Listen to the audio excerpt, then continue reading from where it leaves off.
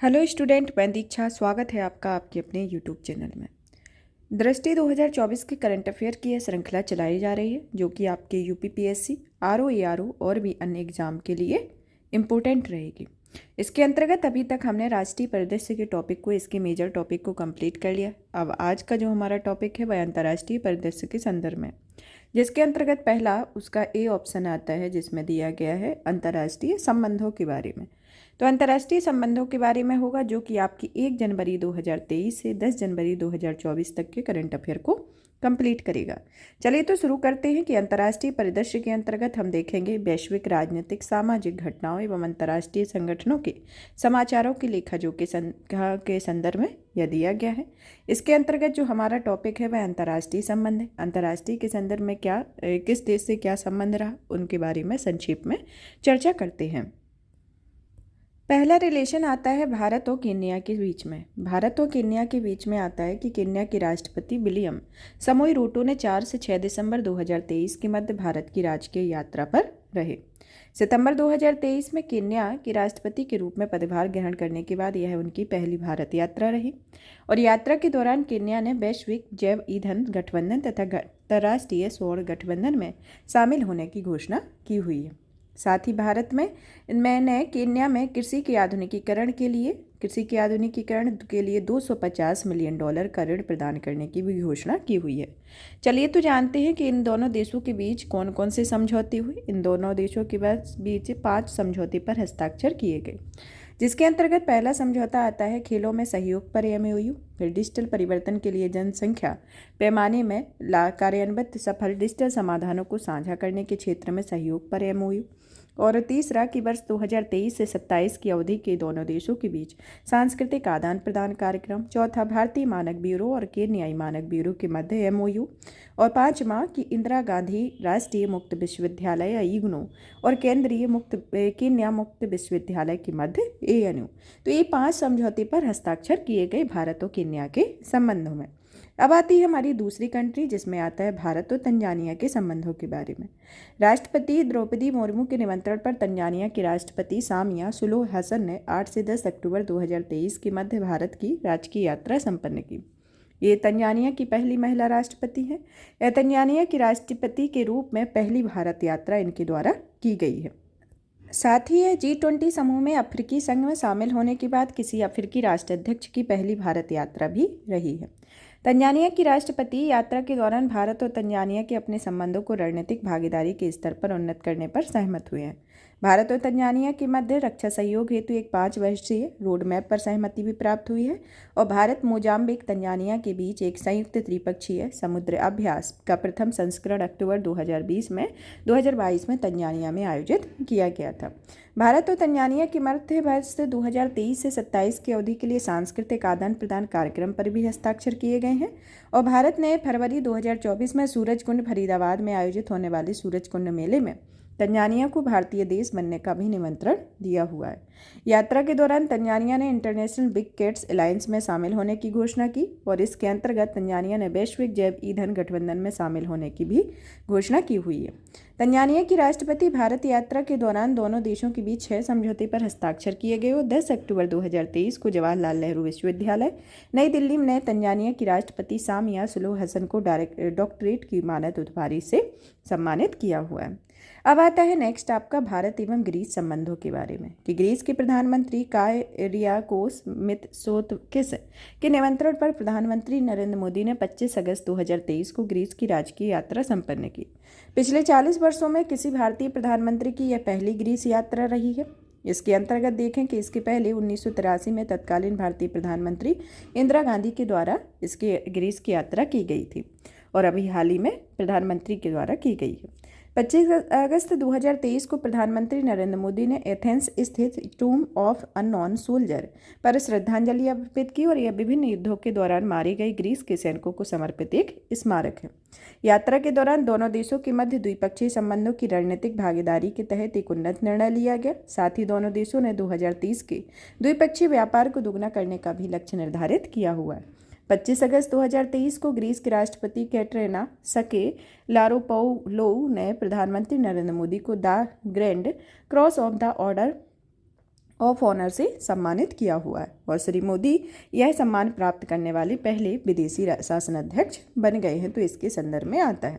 अब आता है भारत और यूएई के संबंधों के बीच में कि 15 जुलाई 2023 को अपने यूएई की यात्रा के क्रम में प्रधानमंत्री नरेंद्र मोदी अबू धाबी पहुंचे हैं। यात्रा के दौरान प्रधानमंत्री ने संयुक्त राष्ट्र जलवायु परिवर्तन सम्मेलन 2023 के अध्यक्ष के रूप में सुल्तान अल-मद अल जाबेर से मुलाकात की। यूएई की अध्यक्षता में यूएनएफसीसी COP28 का आयोजन 30 नवंबर से 12 दिसंबर 2023 के मध्य दुबई में संपन्न किया गया और 15 जुलाई 2023 को प्रधानमंत्री नरेंद्र मोदी और यूएई के राष्ट्रपति शेख मोहम्मद बिन जायद अल नाहयान के मध्य प्रतिनिधिमंडल की यात्रा संपन्न हुई। इस यात्रा में शिक्षा मंत्रालय, भारत सरकार, शिक्षा एवं ज्ञान विभाग अबू धाबी और आईआईटी दिल्ली के मध्य के एमओयू पर हस्ताक्षर किए गए। इस एमओयू का उद्देश्य अबू धाबी यूएई में आईआईटी दिल्ली के परिसर की स्थापना करना है और इसके साथ ही आईआईटी दिल्ली में ऐसा दूसरा भारतीय प्रौद्योगिकी संस्थान है जिसे विदेश में अपने परिसर की स्थापना की घोषणा की गई है। आईआईटी मद्रास एक ऐसा पहला भारतीय प्रौद्योगिकी संस्थान है जिसका परिसर विदेश में स्थापित करने की घोषणा की गई है। आईआईटी मद्रास का विदेशी परिसर जंजीबार तंजानिया में स्थापित किया जाएगा। अब आता है आपका भारत और फ्रांस के संबंधों के बारे में कि फ्रांस के राष्ट्रपति इमैनुअल मैक्रों के निमंत्रण पर भारतीय प्रधानमंत्री ने 13 से 14 जुलाई 2023 के दौरान फ्रांस की आधिकारिक यात्रा संपन्न की। यह प्रधानमंत्री की छठी फ्रांस यात्रा है। फ्रांस की यह यात्रा भारत फ्रांस रणनीतिक भागीदार की स्थापना की 25वीं वर्षगांठ के अवसर पर संपन्न हुई है। 13 जुलाई 2023 को भारतीय प्रधानमंत्री एवं फ्रांस की प्रधानमंत्री एलिजाबेथ बोर्न के मध्य द्विपक्षीय बैठक आयोजित की गई है और 13 जुलाई 2023 को पेरिस स्थित एलिस पैलेस में प्रधानमंत्री नरेंद्र मोदी को grand cross of the legion of honour से भी सम्मानित किया गया। यह पुरस्कार फ्रांस का सर्वोच्च सम्मान है और भारत की स्वतंत्रता के पश्चात इस पुरस्कार से सम्मानित प्रधानमंत्री पहले भारतीय बन गए हैं। यात्रा के दौरान प्रधानमंत्री नरेंद्र मोदी ने 14 जुलाई 2023 को फ्रांस में राष्ट्रीय दिवस के बेस्टिल दिवस के रूप में पेरिस में आयोजित समारोह के मुख्य अतिथि के रूप में प्रतिभाग किया है। बेस्टिल डे परेड में एक सैन्य बैंड के नेतृत्व में भारतीय सशस्त्र बलों की तीनों अंगों की 241 सदस्यीय टुकड़ी ने भी प्रतिभाग किया है और दूसरा अवसर था कि जब किसी भारतीय प्रधानमंत्री की बेस्टिल डे पर मुख्य अतिथि के रूप में आमंत्रित किया गया और इसके पूर्व 2009 में तत्कालीन प्रधानमंत्री डॉक्टर मनमोहन सिंह ने बेस्टिल डे की परेड में प्रतिभाग किया था। मार्सेई फ्रांस में भारत का पहला महावाणिज्यिक दूतावास खोलने की घोषणा की गई है, जबकि फ्रांस द्वारा हैदराबाद में ब्यूरो डी फ्रांस को खोलने की भी घोषणा की गई है। भारत में यूपीआई के फ्रांस में प्रयोग पर सहमति बनी हुई है और इस हेतु भारत में एनपीसीआई इंटरनेशनल पेमेंट लिमिटेड तथा फ्रांस के लाइरा कलेक्टिव के मध्य एक समझौते पर हस्ताक्षर हुए हो। इसके तहत फ्रांस एवं यूरोप के भारत में यूपीआई को कार्यान्वित किया जाएगा, इसके संदर्भ में आता है। और फ्रांस ने भारत में यूपीआई के प्रयोग की शुरुआत सितंबर 2023 में पेरिस स्थित एफिल टावर से हुई है। अब आता है हमारा नेक्स्ट भारत और मिस्र के संबंधों के बारे में। मिस्र के राष्ट्रपति अब्दुल फतह अल सीसी के निमंत्रण पर प्रधानमंत्री नरेंद्र मोदी ने 24 से 25 जून 2023 के मध्य मिस्र की राष्ट्रीय यात्रा की हुई है। उल्लेखनीय है कि जनवरी 2023 में भारत के गणतंत्र दिवस के समारोह पर मिस्र के राष्ट्रपति को मुख्य अतिथि के रूप में आमंत्रित किया गया था। इसके अंतर्गत प्रधानमंत्री नरेंद्र मोदी ने यह पहली मिस्र यात्रा की थी। साथ ही वर्ष 1997 में किसी भारतीय प्रधानमंत्री की पहली आधिकारिक द्विपक्षीय मिस्र यात्रा भी रही है। भारत मिस्र के सामाजिक न्याय मंत्रालय के अधीन दार अल इफ्ता ने सूचना प्रौद्योगिकी से संबंधित एक उत्कृष्टता केंद्र की स्थापना की है।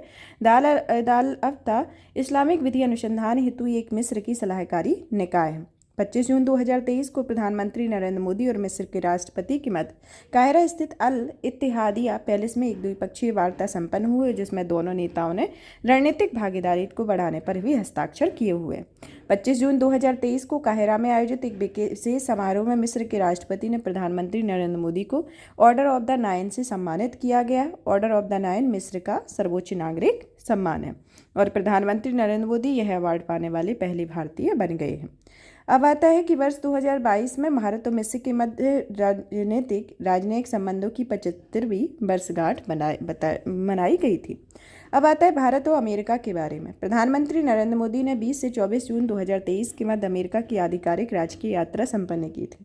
यह यात्रा प्रधानमंत्री नरेंद्र मोदी की अमेरिका की पहली आधिकारिक राजकीय यात्रा रखी, जिसमें प्रधानमंत्री नरेंद्र मोदी ने इसके पूर्व 6 बार अमेरिका का दौरा किया, लेकिन ये सभी यात्राएं द्विपक्षीय या बहुपक्षीय कार्यक्रमों में भाग लेने हेतु संपन्न हुई हैं। प्रधानमंत्री नरेंद्र मोदी द्वारा अमेरिका की शुरुआत में न्यूयॉर्क से इसकी शुरुआत हुई और 21 जून 2023 को प्रधानमंत्री ने न्यूयॉर्क स्थित संयुक्त राष्ट्र मुख्यालय की प्रतिष्ठित नॉर्थ लॉन में आयोजित 9वें अंतर्राष्ट्रीय योग दिवस समारोह में इसका नेतृत्व किया है। वर्ष 2023 में अंतर्राष्ट्रीय योग दिवस का यह केंद्रीय विषय था। वसुधैव कुटुंबकम के लिए योग इसका केंद्रीय विषय बन गया था।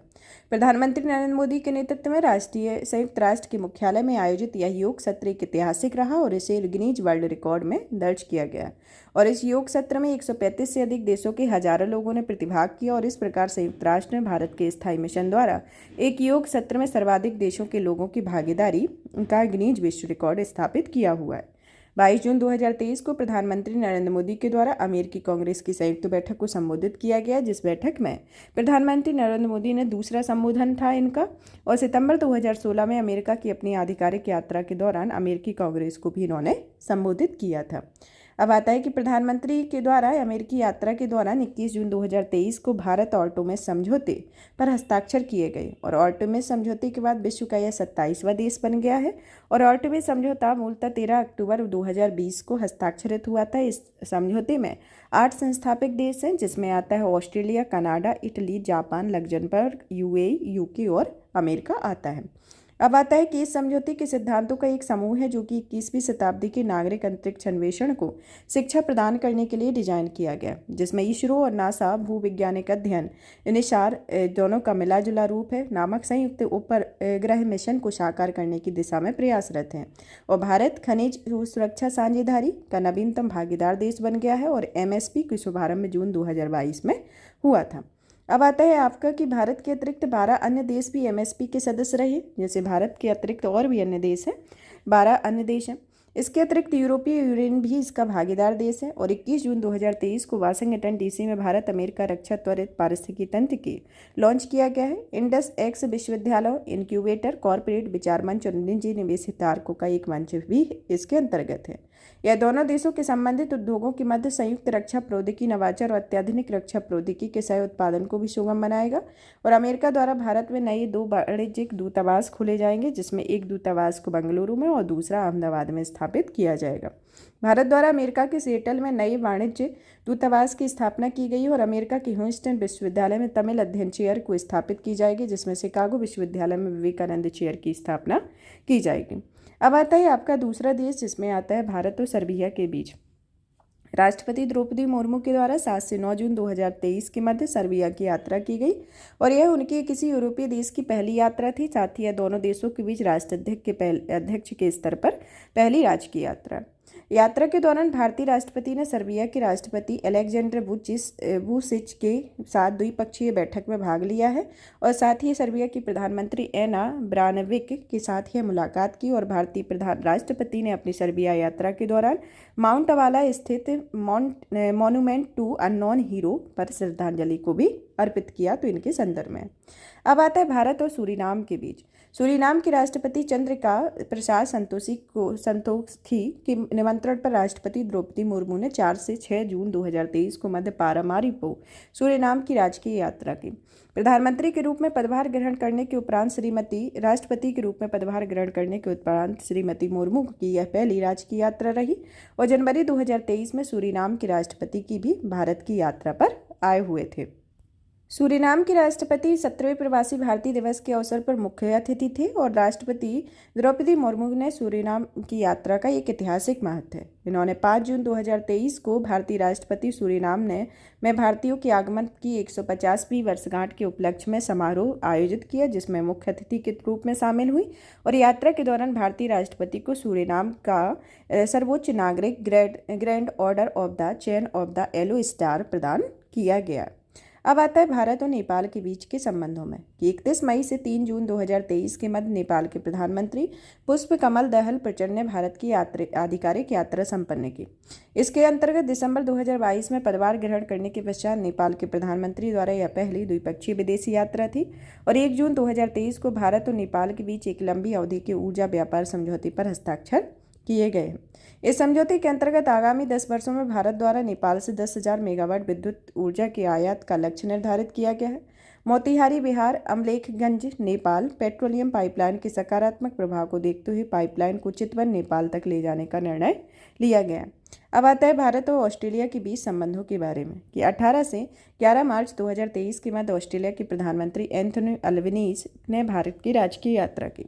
मई 2023 में ऑस्ट्रेलिया के प्रधानमंत्री का पद ग्रहण करने के बाद अल्बनीज़ की यह पहली आधिकारिक यात्रा थी और 8 मार्च 2023 को होली के दिन श्री अल्बनीज़ अपनी भारत की यात्रा पर अहमदाबाद गुजरात पहुंचे हुए थे और 9 मार्च 2023 को अल्बनीज़ ने प्रधानमंत्री नरेंद्र मोदी के साथ अहमदाबाद के नरेंद्र मोदी स्टेडियम में भारत और ऑस्ट्रेलिया के मध्य खेले गए बॉर्डर गावस्कर ट्रॉफी के चौथे और अंतिम टेस्ट मैच के दौरान उपस्थित रहे और 9 मार्च 2023 को श्री अल्बनीज़ ने मुंबई का दौरा किया और 10 मार्च 2023 को दोनों देशों ने प्रधानमंत्रियों के मध्य नई दिल्ली में प्रथम भारत ऑस्ट्रेलिया वार्षिक शिखर सम्मेलन का आयोजन किया गया था। अब आता है कि भारत एवं ऑस्ट्रेलिया के नवाचार पारितंत्रों के साथ लाने के उद्देश्य से भारत और ऑस्ट्रेलिया के मध्य नवाचार और प्रौद्योगिकी चुनौती जिसमें India Australia innovation and technology challenge की घोषणा की गई और 1 मार्च 2023 को 15 दिवसीय प्रथम जनरल रावत भारत ऑस्ट्रेलिया युवा अधिकारी एवं रक्षा विनिमय कार्यक्रम का भी आरंभ किया गया। अब आता है डीकन विश्वविद्यालय जिसमें भारत ने अपनी शाखा खोलने वाला पहला विश्वविद्यालय बन गया। 3 मार्च 2023 को ऑस्ट्रेलिया के डीकन विश्वविद्यालय भारत में अपनी पहली अंतर्राष्ट्रीय शाखा खोलने वाला विश्वविद्यालय बन गया है और यह ऐसा पहला विश्वविद्यालय है जिसकी कोई शाखा भारत में स्थापित की जाएगी। डीकन विश्वविद्यालय गिफ्ट सिटी गांधीनगर गुजरात में अंतर्राष्ट्रीय शाखा परिसर की स्थापना करेगा। इसके संदर्भ में ये प्रमुख पॉइंट है। अब आता है भारत भूटान संबंधों के बारे में कि 3 से 10 नवंबर 2023 के मध्य भूटान नरेश जिग्मे खेसर नामग्याल वांगचुक ने भारत की आधिकारिक यात्रा की। इस यात्रा के दौरान नई दिल्ली में के अतिरिक्त असम एवं महाराष्ट्र का दौरा किया गया है जिसे 3 से 5 अप्रैल 2023 के मध्य भूटान नरेश भारत की यात्रा पर आए थे। भारत भूटान की 13वीं पंचवर्षीय योजना में सहयोग हेतु सहमत हो गया है जिसमें भूटान में भारत के सहयोग में मांग देछू जल विद्युत परियोजना जिसकी क्षमता 720 मेगावाट का निर्माण किया गया है जिसे हाल ही में भूटान को सौंप दिया है। भारत एवं भूटान के मध्य एक ऐतिहासिक परियोजना के रूप में सीमापारी रेल लिंक का निर्माण भी प्रस्तावित किया गया और यह जो रेल लिंक है वह कोकराझार असम को गलेफू जो कि भूटान से जोड़ेगा। यह भारत और भूटान के मध्य एक पहला रेल लिंक होगा। अब आता है भारत और इटली के मध्य संबंधों में 2 से 3 मार्च 2023 के मध्य इटली की प्रधानमंत्री जॉर्जिया मेलोनी ने भारत की राजकीय यात्रा की। यात्रा के दौरान सुश्री मेलोनी ने 8वें रायसीना संवाद 2023 में मुख्य अतिथि एवं मुख्य वक्ता के रूप में भाग लिया और वर्ष 2023 में भारत एवं इटली के मध्य राजनयिक संबंधों की स्थापना की 75वीं वर्षगांठ मनाई गई। यात्रा के दौरान दोनों देशों में प्रधानमंत्रियों ने भारत इटली की रणनीतिक भागीदारी के स्तर पर उन्नत करने का भी निर्णय लिया हुआ है। अब आता है आपका नेक्स्ट भारत और जर्मनी के संबंधों के बारे में कि 25 से 26 फरवरी 2023 के मध्य जर्मनी के चांसलर ओलाफ सोल्ज ने भारत की राजकीय यात्रा की।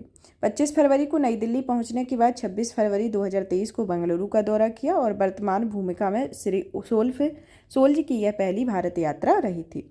इससे पूर्व वे 2012 में हैम्बर्ग शहर के मेयर के रूप में भारत आए थे और साथ ही यह वर्ष 2011 में द्विपक्षीय अंतर सरकारी परामर्श तंत्र के शुरू होने के बाद किसी चांसलर की पहली भारत यात्रा रही है। अब आता है भारत और मिस्र संबंधों के बारे में कि 24 से 27 जनवरी 2023 के मध्य मिस्र के राष्ट्रपति अब्दुल फतेह अल सीसी ने भारत की राजकीय यात्रा संपन्न की। 26 जनवरी 2023 को भारत के 74वें गणतंत्र दिवस के अवसर पर श्री सीसी मुख्य अतिथि के रूप में उपस्थित रहे थे और यह पहला अवसर था जब किसी गणतंत्र दिवस के अवसर पर मिस्र के राष्ट्रपति को मुख्य अतिथि के तौर पर आमंत्रित किया गया और मिस्र की सेना की एक सैन्य टुकड़ी ने गणतंत्र दिवस की परेड में भी हिस्सा लिया था और वर्ष 2023 में भारत और मिस्र के बीच राजनयिक संबंधों के 75 वर्ष पूरे हो गए हैं जिसमें वर्ष 2022-23 के भारत की G20 की अध्यक्षता के दौरान मिस्र में अतिथि देश के रूप में आमंत्रित किया गया और यात्रा के दौरान भारत मिस्र संबंधों की रणनीतिक भागीदारी को उन्नत करने की घोषणा की गई है जिसमें राजनीतिक सुरक्षा रक्षा ऊर्जा आर्थिक क्षेत्र शामिल है।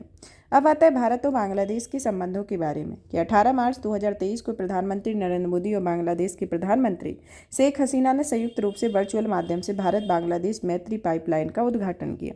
यह पाइपलाइन का निर्माण आधारशिला सितंबर 2018 में रखा गया। इसमें भारत और बांग्लादेश के बीच पहली यह सीमा पार ऊर्जा पाइपलाइन है जिसमें बांग्लादेश की 1 मिलियन मीट्रिक टन प्रति वर्ष उच्च स्पीड डीजल को परिवहन करने की क्षमता होती है। यह पाइपलाइन नुमालीगढ़ रिफाइनरी लिमिटेड के सिलीगुड़ी स्थित विपणन टर्मिनल में बांग्लादेश पेट्रोलियम कॉरपोरेशन के पार्वतीपुर डिपो तक विस्तृत है तथा इस पाइपलाइन की लंबाई 131.57 किलोमीटर है। तो इसके संदर्भ में भारत और बांग्लादेश के संदर्भ में ये प्रमुख इसके संबंध है। यहाँ पर इस टॉपिक को फिनिश करते हैं। ये अंतर्राष्ट्रीय परिदृश्य के अंतर्गत इसमें अंतर्राष्ट्रीय संबंधों को दिया गया है। नेक्स्ट क्लास में आपको अंतर्राष्ट्रीय प्रकरण, इसके साथ ही इसके 5 भाग दिए गए हैं अंतर्राष्ट्रीय परिदृश्य के, तो एक एक करके उसको कंप्लीट किया जाएगा, जिसमें यह पूरी जो सीरीज है मतलब कि अंतर्राष्ट्रीय परिदृश्य की, इसको 3 पार्ट में डिवाइड करके पढ़ा जाएगा, जिसमें ये हमारा पहला पार्ट रहा। सेकेंड पार्ट में अंतर्राष्ट्रीय प्रकरण को पढ़ेंगे और जो 3 पार्ट बचे हुए हैं उसके मतलब CDE होगा, उसको तीसरे पार्ट में कंप्लीट किया जाएगा। इस सेशन को ज़्यादा से ज़्यादा शेयर करें, वीडियो को लाइक करें, चैनल को सब्सक्राइब करें। धन्यवाद।